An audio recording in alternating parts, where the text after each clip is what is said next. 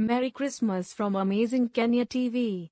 Here are some history you need to know about Christmas and how it began. It is celebrated on December 25th and is both a sacred religious holiday and a worldwide cultural and commercial phenomenon. For 2 millennia, people around the world have been observing it with traditions and practices that are both religious and secular in nature. Christians celebrate Christmas Day as the anniversary of the birth of Jesus of Nazareth, a spiritual leader whose teachings form the basis of their religion. Popular customs include exchanging gifts, decorating Christmas trees, attending church, sharing meals with family and friends and, of course, waiting for Santa Claus to arrive. Here are things you need to know about Christmas. 1. Jesus is the reason for the season. The primary purpose for observing Christmas is remembering Jesus' birth. At Christmas, we celebrate Jesus' birthday, not the little drummer boy or Santa Claus. 2. Jesus pre-existed with God in the beginning before the world began. Jesus' birth as a baby in a Bethlehem manger doesn't mark the beginning of his existence. Rather, as John's Gospel teaches explicitly, John 1:14, and the other Gospels imply, Jesus took on human flesh in addition to existing eternally as part of the Godhead. 3. We should distinguish between cultural and biblical Christmas.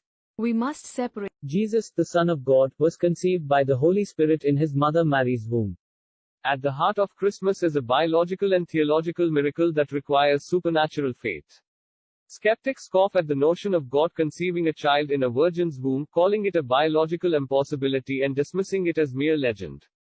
Believers will recognize that only a sinless human being could save humans by dying for them, and that such a sinless human being could only be conceived by God himself.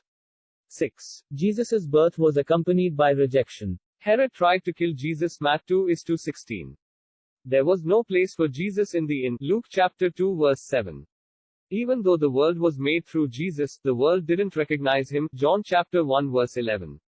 Many didn't welcome the birth of the Christ child. The reason for this was primarily that Jesus threatened people's self-interest.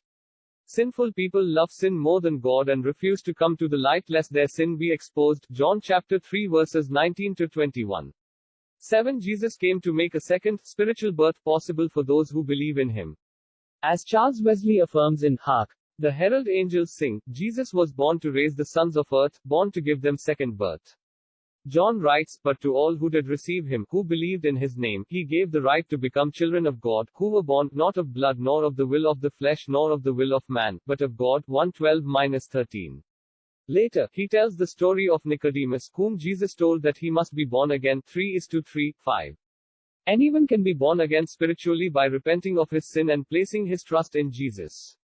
Those who don't experience this second birth aren't believers but Christians in name only. Rome 8 is Day in 1660, but remained disreputable. In the early 19th century, the Oxford movement in the Anglican Church ushered in the development of richer and more symbolic forms of worship, the building of neo-Gothic churches, and the revival and increasing centrality of the keeping of Christmas itself as a Christian festival as well as special charities for the poor in addition to special services and musical events. 43. Charles Dickens and other writers helped in this revival of the holiday by changing consciousness of Christmas and the way in which it was celebrated as they emphasized family, religion, gift-giving, and social reconciliation as opposed to the historic revelry common in some places.